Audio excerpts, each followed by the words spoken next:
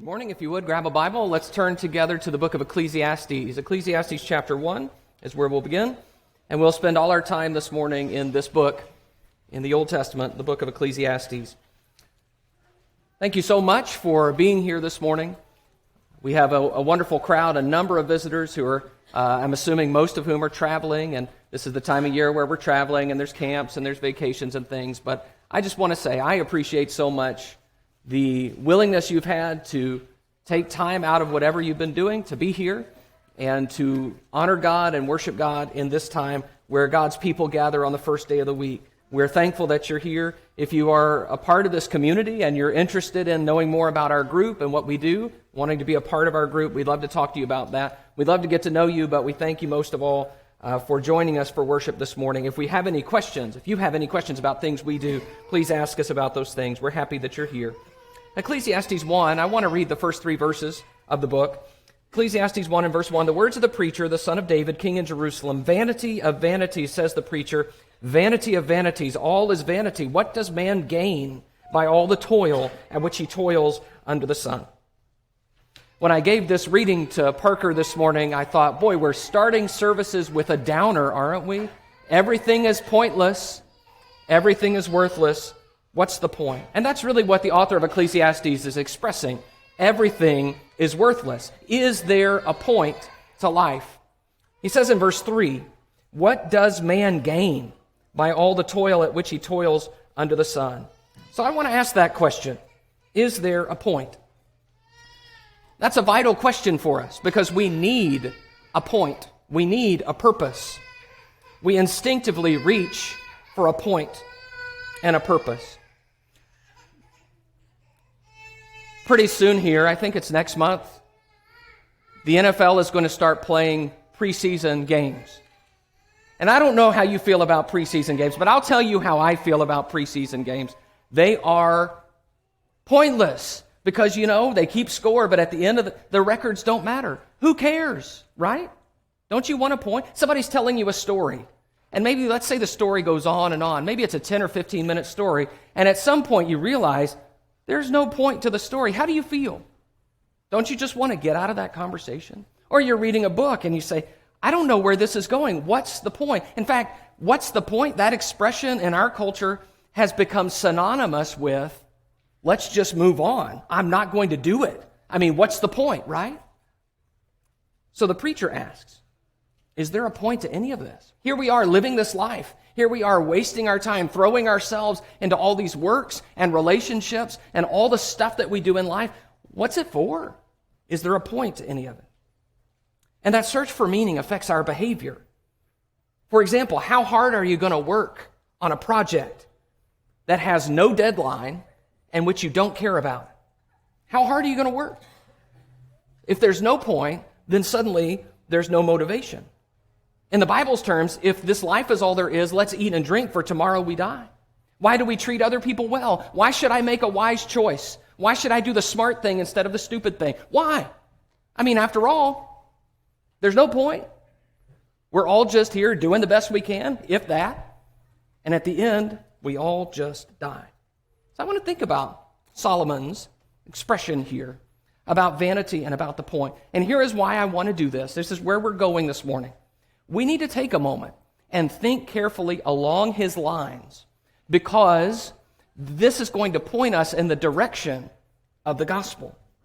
Now, I want you to do this with me because I think Solomon here has a particular value to us. In verse 3, he says, what does man gain by all the toil at which he toils under the sun? And in verse 9, he says, there is nothing new under the sun. That idea of being under the sun means that he is writing from a human point of view, from the vantage of those of us who live on earth, who are just floating between birth and death, that we live on earth, but we can't control it. We are just here for a little while. We are under the sun.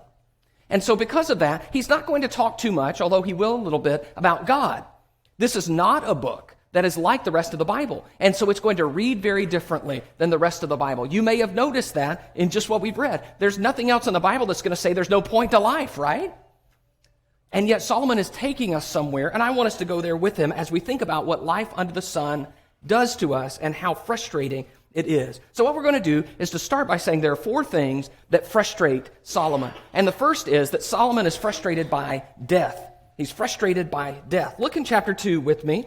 Look at chapter 2 of Ecclesiastes. Death is the event that makes life under the sun so frustrating. It makes all of our accomplishments temporary. It makes all our success fleeting. It makes everything seem pointless. Listen to how he goes through this. In chapter 2 and verse 12, he says, "So I turned to consider wisdom and madness and folly. For what can the man do who comes after the king? Only what has already been done. Then I saw that there is more gain in wisdom than in folly, as there is more gain in light than in darkness. The wise person has his eyes in his head, but the fool walks in darkness. And yet I perceive that the same event happens to all of them. Then I said in my heart, what happens to the fool will happen to me also. Why then have I been so very wise? And I said in my heart that this also is vanity. For of the wise as of the fool there is no enduring remembrance, seeing that in the days to come all will have long been forgotten. How the wise dies just like the fool. So I hated life, because what is done under the sun was grievous to me, for all is vanity and a striving after wind." So you hear the text. It starts with him praising wisdom. Wisdom's a better way to live than foolishness. And yet about in the middle of the text, he says, but wait a minute. That's in verse 14. And yet I perceive that the same event happens to them all. You see, wisdom seems good, but wisdom doesn't keep you from dying, does it? Wise people die just like fools die. So what's the point? And it is unfair. It seems grossly unfair for there to be no seeming reward when we live life well. When we do good things and kind things and we treat other people well and we try to honor good things. And yet, at the end of the day, we still die. And so Solomon is frustrated by that. Shouldn't there be, he says, some kind of reason for living well? And if you look at life under the sun, there is none. He keeps going. Look in verse 18. I hated all my toil in which I toil under the sun, seeing that I must leave it to the man who will come after me. And who knows whether he will be wise or a fool? Yet he will be master of all for which I toiled and used my wisdom under the sun. This also is vanity.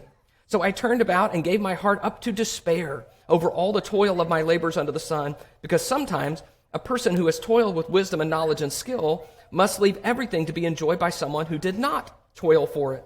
This also is vanity and a great evil. What has a man from all the toil and striving of heart with which he toils beneath the sun? For all his days are full of sorrow, and his work is a vexation. Even in the night his heart does not rest. This also is vanity. So he says, even when you work hard and you accomplish great things, what happens to it? Well, you have to leave it to somebody else. And he says, who knows if they're going to be wise or a fool? I wonder if he's thinking about his own son, Rehoboam, who's going to take the kingdom Solomon builds to great glory and just throw it in the garbage really, really quickly. And I wonder if he's looking at his son saying, who knows what's going to happen? I'm going to be gone, and who knows if he's going to be a fool or wise. Doesn't that make you frustrated?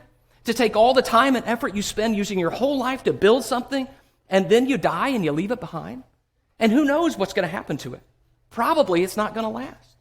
Doesn't that make you feel frustrated? That's what death does. It makes life vain. Look in chapter 5 with me and verse 13. Chapter 5 and verse 13. It says, there is a grievous evil that I have seen under the sun. Riches were kept by their owner to his hurt, and those riches were lost in a bad venture. And he is the father of a son, but he has nothing in his hand. As he came from his mother's womb, he shall go again, naked as he came, and shall take nothing for his toil that he may carry away in his hand. This also is a grievous evil. Just as he came, so shall he go. And what gain is there to him who toils for the wind? So you're done with all your work, and it all goes back in the box. Like you play Monopoly, and you get all the hotels, and you get all the money, and then the game is over. You put it all back in the box. You don't take it with you. It doesn't do you any good. And so he says that's frustrating. And it's frustrating, not just from a materialistic standpoint. It's frustrating because it means there's no point. All my work, it won't last. It's all not going to go with me, and it's instead going to be left to someone else who will probably throw it all in the garbage the way Rehoboam did. Look in chapter 9 and verse 2.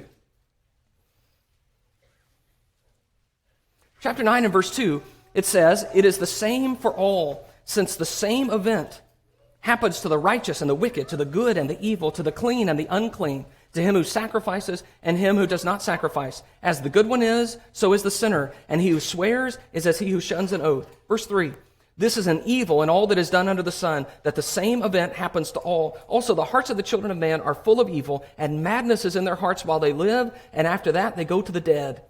But he who is joined with all the living has hope, for a living dog is better than a dead lion.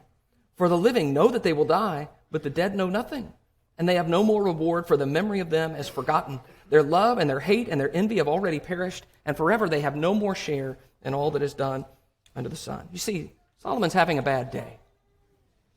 He's a little bit dark. But you can relate to his feeling, right? That is, everybody dies. And when you die, from our perspective, from where we sit on earth, without any knowledge of the afterlife, without any knowledge of God, from where we sit, all our emotions die with us, all our works die with us. Everything we've done leaves no real imprint on the world. The world keeps going without us. As he says there is no memory of those who have gone. So he is supremely depressed by death. And it leads him to ask the question, if we're all going to die anyway, what's the point?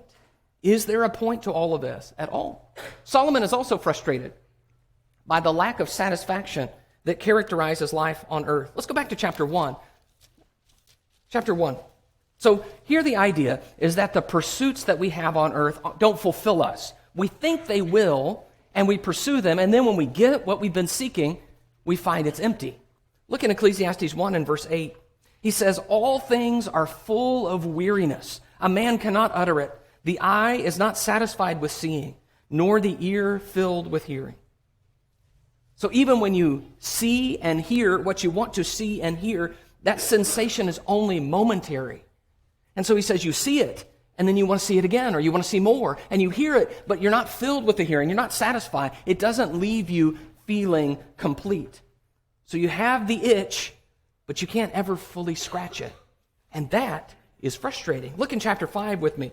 He talks this way about money in chapter 5. And I think we really relate to this one because in our nation we're blessed with more wealth than most people in the world. In chapter 5 and verse 10, it says, he who loves money will not be satisfied with money, nor he who loves wealth with his income. This also is vanity. When goods increase, they increase who eat them. And what advantage has their owner but to see them with his eyes? So you love money? Not going to be satisfied with money. How frustrating is that? But if you have any experience with money at all, you understand the truth of that observation, right? That you love it, you think it's going to answer your questions and solve your problems, then you get it and you realize it's not enough. And then you keep pursuing it and you keep getting more, and the more you get, the more they increase who eat it. So he says, what good is it? Is it good to see it come in and then fly out? Doesn't that feel like the way your money works? Comes in, flies out, comes in, flies out. What good is it? We keep thinking that if we just got enough, then we would finally be satisfied. And Solomon, who was remarkably wealthy, says, that's not the way money works. It never satisfies you. If you love money, you won't be satisfied with money. That's just the nature of life. But especially, this book describes how Solomon kept seeking this satisfaction in all the different areas of life. Go back with me to chapter 1. Really, the book describes this search. In chapter 1 and verse 12, he says, I, the preacher, have been king over Israel and Jerusalem, and I applied my heart to seek and to search out by wisdom all that is done under heaven. It is an unhappy business that God has given to the children of man to be busy with. So he says, I wanted to seek and search out all that's done under heaven. He's trying to find meaning and satisfaction. What matters about life? What's good in this world? Verse 16, he says, I said in my heart, I have acquired great wisdom, surpassing all who were over Jerusalem before me. And my heart has had great experience of wisdom and knowledge. And I applied my heart to know wisdom and to know madness and folly. I perceive that this also is but striving after wind. For in much wisdom is much vexation. And he who increases knowledge increases sorrow. So he says, first thing I said, I'm just going to go after wisdom. Wisdom is going to make life meaningful. And he says, but then what I found is instead, wisdom made life miserable. The wiser I got, the more vexed I became. He doesn't explain why that is. I've got some guesses. Maybe it's because you know what wise living is, and then you go out and look at a world full of people who don't live wisely, right? In fact, then you look in the mirror and you say, I don't live wisely either. I know better than what I do. Or maybe it's just that all his wisdom just showed him that there really isn't a point to anything. I keep looking at wisdom and then I say, yeah, but what good does that do us? At the end of the day, we still die. It still all goes back in the box. Wisdom doesn't do it. Wisdom doesn't satisfy. Chapter 2 and verse 1, he says, I said in my heart, come now, I will test you with pleasure. Enjoy yourself. But behold, this also was vanity. I said of laughter, it is mad, and of pleasure, what use is it? I find it a little hard to believe that the author of this book tried laughter and pleasure just because he seems so unhappy. But he says, I tried that as a course of life. Let's laugh and let's have a good time. But you know just as I do what that's like, right? Have you ever said, all I want to do is have a good time. Let's just have a good time all the time. And you know where that leaves you. Yes, you have a good time, but then you say, okay, well, what now? And you keep looking for the next good time. Or you have the pleasure and you want the higher, greater pleasure, and you find yourself never really being satisfied. Even when you get what you're seeking, it doesn't fulfill you. And he says, there's no point in this. It's vanity too. Verse 3, I searched with my heart how to cheer my body with wine. My heart still guiding me with wisdom, how to lay hold on folly, till I might see what was good for the children of man to do under heaven and during the few days of their life. I made great works. I built houses and planted vineyards for myself. So he says, I did all these things. I tried wine, meaning I tried having a good time, maybe even getting out of my own head so I could become intoxicated and lose myself, and that didn't do it. And I built great works, and I became very famous, and all of these things didn't fulfill me. Verse 9, so I became great and surpassed all who were before me in Jerusalem. Also my wisdom remained with me. Whatever my eyes desired, I did not keep from them. I kept my heart from no pleasure, for my heart found pleasure in all my toil, and this was a reward for all my toil. And I considered all that my hands had done, and the toil I had expended in doing it. And behold, all was vanity and a striving after wind, and there was nothing to be gained under the sun. I think we need to take a moment and process what we have just read. This is a man with a bankroll bigger than we will ever have. Opportunities for every kind of wisdom, every kind of pleasure, every kind of expense. And he says, I tried it all. Really, he has done the experiment that we can't so that we don't have to. And he says, let me just tell you that there is nothing valuable in any of it. Nothing satisfied me. I think we know that feeling. In fact, I think our culture experiments even to this day with all of these same directions where we say, you know what, the way I'm going to be valuable and have meaning in my life is I'm going to have pleasure and have a good time. Or it's I'm going to make myself famous and important, and I'm going to do great things where history will remember me. And yet we find the same frustrating conclusion. And it makes us wonder, if that's not the point, is there a point at all? The third thing that frustrates Solomon is injustice. Look in chapter 3 with me in verse 16. In chapter 3 and verse 16, on top of all the difficulty we've described, there is wickedness in the places we would look for righteousness. Chapter 3 and verse 16. Moreover, I saw under the sun that in the place of justice, even there was wickedness. And in the place of righteousness, even there was wickedness. I said in my heart, God will judge the righteous and the wicked, for there is a time and for every matter and for every work. I said in my heart with regard to the children of man that God is testing them, that they may see that they themselves are but beasts. So he says that evil goes on in the place of justice, and he relies on the thought that God will someday correct and judge. But to the person who is the victim of the injustice, there's nothing to say. We cannot do anything about it. We cannot save them. This is the horrible thing, because if you are a victim of injustice, who do you appeal to? If you can't go to the courts, if you can't go to the people of power and find justice, where can you go? And so he says, this is vanity. This is frustrating. Look in chapter 4. He says in chapter 4 and verse 1, again I saw all the oppressions that are done under the sun, and behold, the tears of the oppressed, and they had no one to comfort them.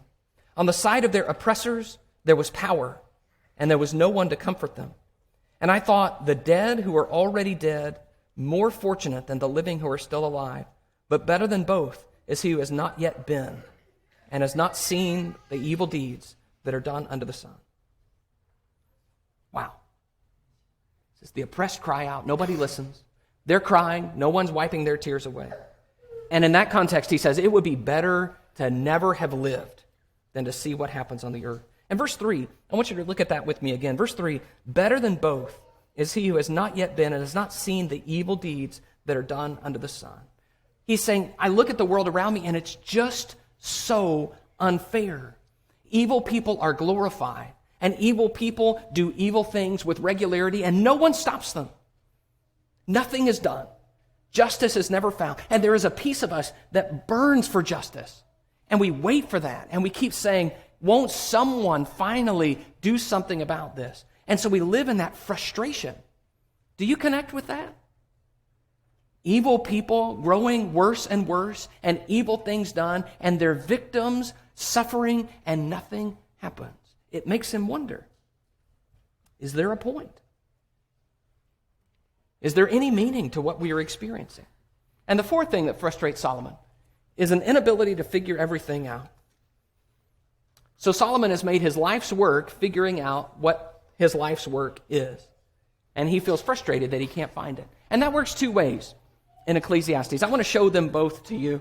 One is that there are things in the past and things in the future that are unattainable.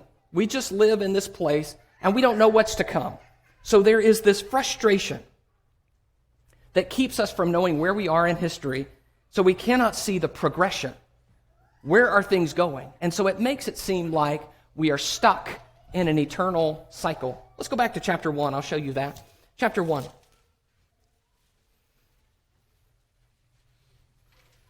This is his point when he talks about the sun rising and setting, and the wind blowing from one place to the other, the streams running into the sea and then returning, and back and forth, always in a cycle. Verse 9 of Ecclesiastes 1. What has been is what will be, and what has been done is what will be done, and there is nothing new under the sun. Is there a thing of which it is said, see, this is new? It has been already in the ages before us. There is no remembrance of former things, nor will there be any remembrance of later things yet to be among those who come after. So history is like a cycle. It doesn't go anywhere. It just keeps running in place. And that's frustrating, isn't it? There's no sense that, if we were in the middle of a great story that was going somewhere awesome, then we could have some peace about things not being perfect where we are. We could say, you know what, someday it'll get better. But that's not what we see in life under the sun, is it? We just see the same thing happening over and over again. We see the same thing happening over and over again in people's lives, where people are born, they live a while, and they die. We see the same thing happening over and over again in nations, where a nation gets great power, and then a nation slowly decays and becomes corrupt, and other nations take them over, and we just see the same thing over and over and over again. We see injustice, and then moments of justice followed by injustice, and over again, the same cycle, over and over again. And that's frustrating. It makes you wonder, is there a point? Are we going anywhere? And so he says, I can't figure it out. I can't figure out what's happening in the world. And I want you to hear this despair because he does not know. He says, this is chapter 6 and verse 12, who knows what is good for man while he lives the few days of his vain life which he passes like a shadow? Who can tell man what will be after him? Ecclesiastes 7:14, the day of prosperity be joyful, and the day of adversity consider God has made the one as well as the other, so that man may not find out anything that will be after him. 7:23 and 24, all this I have tested by wisdom. I said I will be wise, but it was far from me. That which has been is far off and deep, very deep. Who can find it out? Chapter 8, there is a time and a way for everything, although man's trouble lies heavy on him, for he does not know what is to be. Who can tell him how it will be? Chapter 10:14, a fool multiplies words, though no man knows what is to be. And who can tell him what will be after him? Isn't that frustrating? We don't know what comes next. So how can we even know what the difference is between wisdom and folly? Give a portion to 7 or even to 8, for you know not what disaster may happen on the earth. We cannot process past, present, and future. Some things we just can't know. And that's frustrating. Especially when it relates so directly to us, right? We're living in a world we don't understand, and we can't know where it's going. No one's going to tell us, and you can sit and think about it all day long. Solomon had spent his life thinking about it, and he says, I haven't gotten anywhere. I still don't know. And that's frustrating. It makes him wonder, Is there a point at all? If I can't figure it out, who could? And I want you to see it's also about the point of life generally. Look in chapter 3 with me, Ecclesiastes 3 and verse 9. He says, "What gain has the worker from his toil? I have seen the business that God has given to the children of man to be busy with. He has made everything beautiful in its time. Also, he has put eternity into man's heart, yet so that he cannot find out what God has done from the beginning to the end." So he says, God's given us a task. The task of working while trying to figure out the point of everything, which is kind of what we do, isn't it?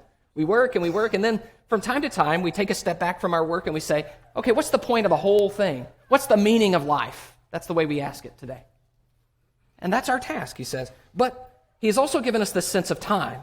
And in chapter 3, the time is, there's a time for every purpose and a season for everything, time to be born, time to die. We have that feeling, times. But then there's also eternity in our hearts. Something beyond time. Something meta. What's the point of all of this? And yet, he says, you can't find it out. So you have the sense that we are wrapped up in something bigger than us, but we can't figure out what it is. And that kind of overloads our circuits, doesn't it? It makes it frustrating. That's what he is expressing. Look in chapter 8 with me in verse 16. Chapter 8 and verse 16.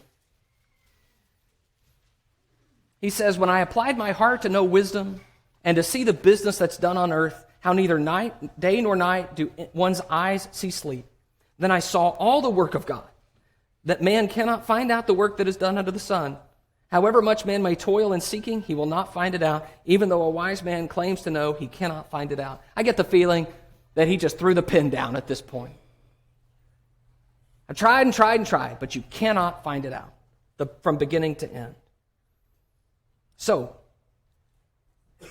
I want you to feel that frustration, because I think we relate to every piece of this. I think we know what he is expressing, because we live under the sun, and we know what it is to be haunted by death. Death has touched us. It has touched those we love. It has taken people from us. It has made us feel frustrated, wondering if there is a point to life. And we know what it is to try to find satisfaction in the things of life and not find it. In fact, I suspect that many of us are here this morning because the things we have tried to be satisfied in have not satisfied us. We realized they were dead ends, and we said, I can't keep going after these things. We know that feeling. We know the feeling of injustice, that things are not fair and not right. Very often we are the victims of injustice. Other times we see others who are the victims, and we say, where is the justice that we feel should happen? And I think we know this feeling, that it is impossible for us just sitting in our easy chairs to figure out the whole point of life. This is the reason man is haunted by this question throughout his history. What can we know? So where does Solomon find meaning? I want to introduce the idea that God changes things. That when Solomon introduces God, which he does from time to time through the book, that God then gives some purpose. And I want to talk about two purposes, and then I want to talk about how the gospel adds to those purposes. The first thing that God changes is that God gives us enjoyment in our labor. That's one of the major themes in Ecclesiastes, and I don't want us to dismiss it without truly considering what is said. Let's look in a couple of places here. Chapter 2 and verse 24. If you've studied Ecclesiastes before, you know that this is a refrain for Solomon, that he'll come to this conclusion over and over again, but he specifies that when we can enjoy the fruits of our labor, it is God's gift. 2:24, there is nothing better for a person than that he should eat and drink and find enjoyment in his toil. This also I saw is from the hand of God, for apart from him, who can eat or who can have enjoyment? For to the one who pleases him, God has given wisdom and knowledge and joy. But to the sinner he has given the business of gathering and collecting only to give to the one who pleases God. This also is vanity and a striving after wind. So he says in verse 24, this is from the hand of God. Eat and drink, have what you need, enjoy your work, take pleasure, rejoice. You have accomplished something. And there is something unique about the fact that from time to time we do things and God allows us as people created in His image to be people who make things, to be people who accomplish things, and then can step back from our work, just as God stepped back from creating the world and say, this is good. I have done something and it is good. I have fulfilled my purpose. And He says, rejoice and eat and drink, because this is a gift of God. It is a simple pleasure, and yet it is a pleasure. He says in chapter 3 and verse 12, I perceive that there's nothing better for them than to be joyful and to do good as long as they live. Also that everyone should eat and drink and take pleasure in all his toil. This is God's gift to man. Eat, drink, enjoy. He says in chapter 9, enjoy life with the wife you love. So let's take a moment with that. Don't rush past that, please. Very often, we set our sights in such lofty places that we miss the ordinary blessings God gives us in life, the everyday blessings, simple gifts, like the ability to work to care for our needs, like the ability to find joy and pleasure, to laugh together, to have a relationship that is deeply meaningful. Not one that satisfies all the cravings of our soul, not work that we can find our identity in, and that then becomes to be the whole purpose of our existence. But instead, the simple pleasures that say, I have done what I was made to do when I was created by a good God. Simple joys, simple pleasures. In fact, I think if we were to add the New Testament's witness, we might even say that those loftier ambitions are often counterproductive. We're taught to aspire to live quietly, trusting that God is going to use and bless us. So I want us to say that God has given us those simple pleasures to enjoy life. He has given us what we need to be content, even better than content, to have rich gifts from God. There is a point, and part of it involves God being acknowledged as the source of our blessings and then enjoying those blessings. The second thing that changes when God is introduced is that God will judge. And this is really what, in Solomon's view, is the last word on life under the sun. That life under the sun is not what it appears to be, which is mad chaos. It is instead simply the storm before the calm, when God will judge all people according to what they've done. Let's look at a few places here. Chapter 3 and verse 16. Chapter 3 and verse 16, it says, Moreover, I saw under the sun, in the place of justice, even there was wickedness, and in the place of righteousness, even there was wickedness. I said in my heart, God will judge the righteous and the wicked, for there is a time for every matter and for every work. God will judge. God will judge. So he says, this is almost an affirmation he's making. I don't see it. I don't look around and say, I observe that God will judge. Instead, I have confidence, I have faith, I have hope that God will judge. Look in chapter 8.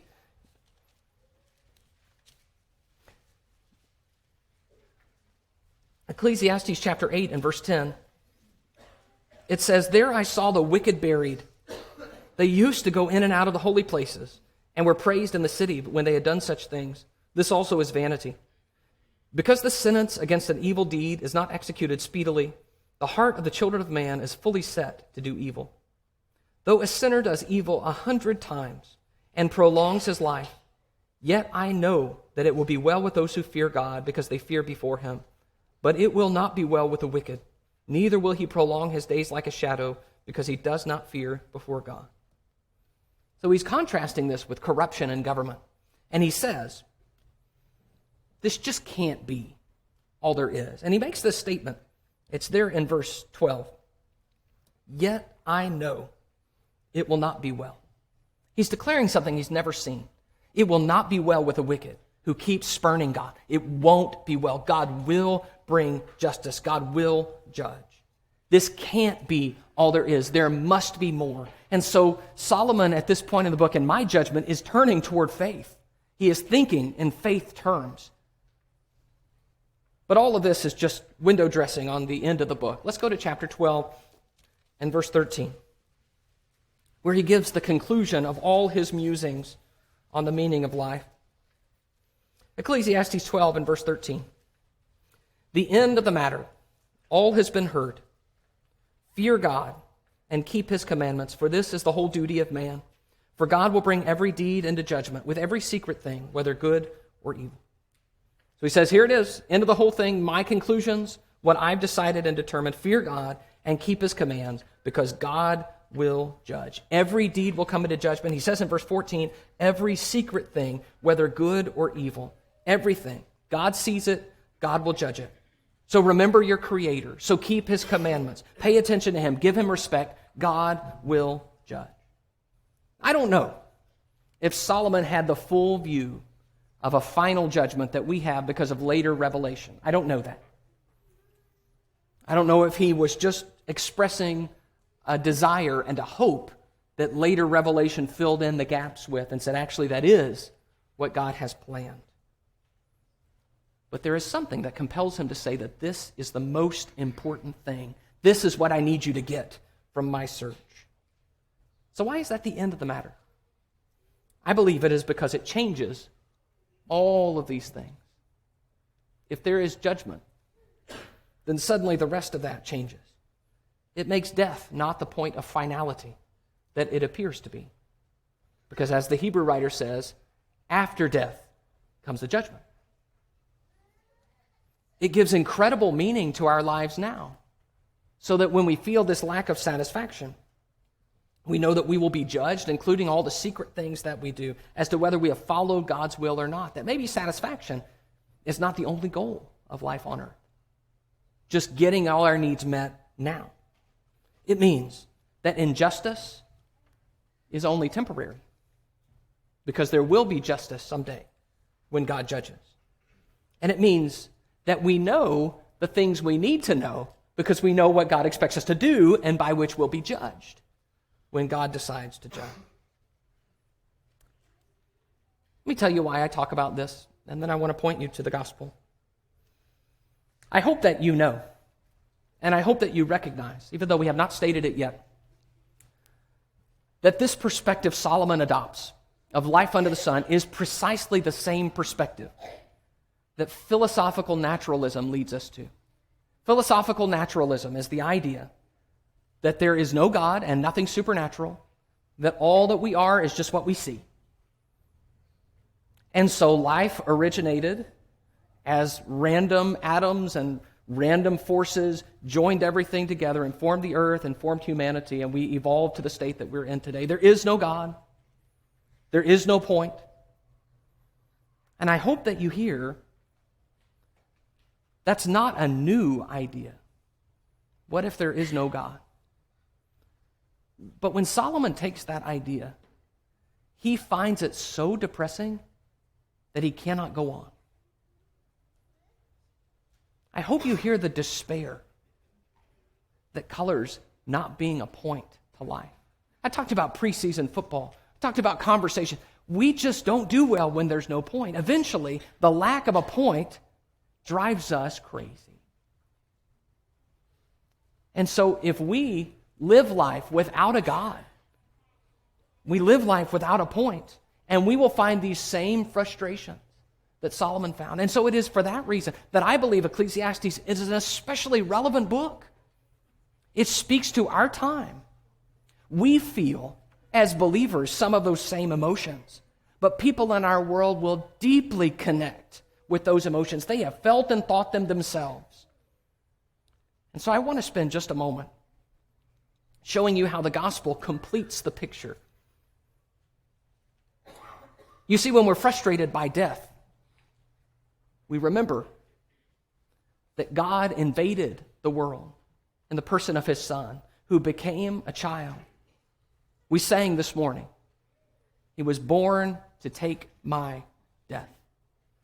And through that sacrifice, he has ended death. We sang, he tore the bars away. Death couldn't keep his prey. And so because Jesus rose, we have hope that we will rise, that death is not the end. And that's the reason, brothers and sisters, when we are touched by death, we do not despair and we do not grieve like other people do who have no hope. We have hope that the people we have lost we will see again. And that is because of Jesus. Without that, we would despair, wouldn't we? And yet death is not the end. So when we are frustrated by death, we need to remember the gospel and the good news that Jesus has victory over death, shown in his own resurrection, promised to us. We read this week in our congregational readings how Jesus says that the time is coming when all those who are in the graves will hear the voice of the Son of Man and come forth, that Jesus has power over death. That when we feel this lack of satisfaction, it is Jesus who says, I am the bread of life. He who believes in me shall never hunger. He who comes to me shall never thirst. You want satisfaction? Blessed are those who hunger and thirst for righteousness, for they shall be filled or satisfied. There is satisfaction in Jesus. The deep needs of your heart will not be solved by worldly things. It won't work. Take Solomon's advice. He's tried it. What we need is far deeper, and what we need is far more spiritual. Injustice frustrates us. It is still tragic, and we still see it. And yet our hope for justice is not in some new politician or party. Our hope for justice is not in some sort of rebellion. Our hope for justice is in a just Messiah who will judge the world in righteousness. The promise of Jesus' judgment. And when we're unable to figure everything out, and we feel frustrated by our purpose, Jesus teaches us it is because we are spiritually poor and we are in need of someone to teach us and guide us into the things that do matter. It is not something that we just sit in our easy chair and chew on until we figure out the meaning of life. It is something that we are to be taught and led toward by a loving Savior. And so I want to urge you, if you feel the despair of pointless life, to turn to Jesus, the Son of God, the Messiah, and come out of that, because God changes things. I hope you'll think about your life, about your hopes and your purposes and your work and your meaning.